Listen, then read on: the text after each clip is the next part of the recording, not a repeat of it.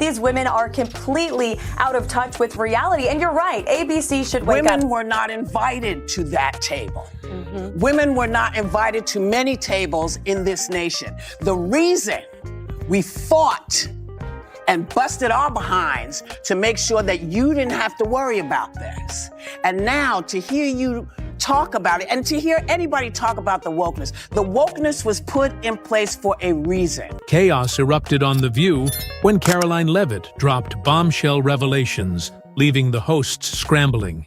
Now, Democrats in the media are unleashing attacks on the rising Trump White House star and new press secretary.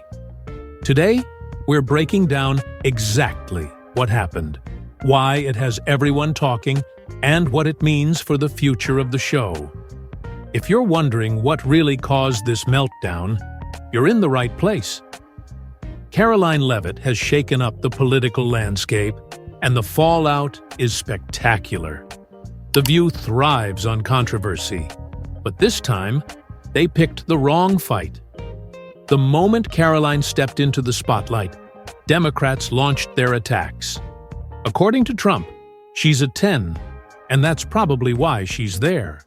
But their smear campaign backfired, leaving the hosts scrambling to defend themselves. Joy Behar, a self-proclaimed feminist, exposed her own hypocrisy by reducing Karoline's success to her looks.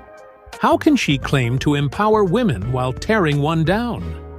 Karoline didn't hold back, calling out The View's out-of-touch hosts and ABC's woke agenda. And then came Greg Gutfeld with the knockout punch. In classic fashion, he fired back at Joy, making a joke that had the internet howling. Joy criticizes a sexist rating system, yet throws one out herself? From a 1.5, no less. Karoline didn't stop there. She called out Democratic propaganda hires, making it clear they either ride the Trump wave or fade into irrelevance. Without their usual media machine, their time in the spotlight is running out. Democrats can either get on board or brace for another loss. Judging by The View's stunned silence, they felt that reality check. The panel's jealousy was clear. Karoline Leavitt outshined them. After Joy Behar's crude remarks, Whoopi Goldberg swooped in, trying to spin a new narrative. She scolded Karoline, claiming, "Without wokeness, you might not have that job." But Karoline wasn't fooled. In a viral moment, she exposed Whoopi's attempt to blur the lines between civil rights and wokeness, making it clear Whoopi was either misinformed or misleading her audience. Whoopi then lectured on women's struggles, ignoring the irony. She didn't call out Joy for reducing Karoline's success to her looks. Instead, she attacked Karoline after the 27-year-old called out legacy media. Right on cue, Whoopi played the race card, deflecting from the real issue. Then came the final hypocrisy. The View tried pinning an assassination attempt on Elon Musk. Karoline fired back, exposing their reckless accusations. Their demand for accountability? Pure irony. How ironic that The View constantly calls Republicans conspiracy theorists. Yet they've been wrong about everything for years. Karoline Leavitt reminded them how quickly their narrative shifts when it suits them. But this time, she wasn't letting them get away with it. They've mocked, shamed, and lied about Trump, even comparing him to Hitler. But on November 6th, it was priceless watching them realize that tens of millions of Americans weren't buying their propaganda. For years, The View and other legacy media controlled the conversation, silencing opposition. But thanks to Karoline, that era is ending. She's young, sharp, and has direct access to Trump, something The View can't stand. Without their ability to twist the truth unchecked, their playbook falls apart. And now, Karoline has flipped the script entirely. She announced a major shakeup in the White House press pool, creating a new section to hold traditional outlets accountable for years of misinformation. "We will call you out when your reporting is wrong," she declared. For decades, The Associated Press and White House Correspondents Association dictated the narrative. Not anymore. 2 front-row seats, once reserved for staff, will now go to independent voices who challenge the establishment.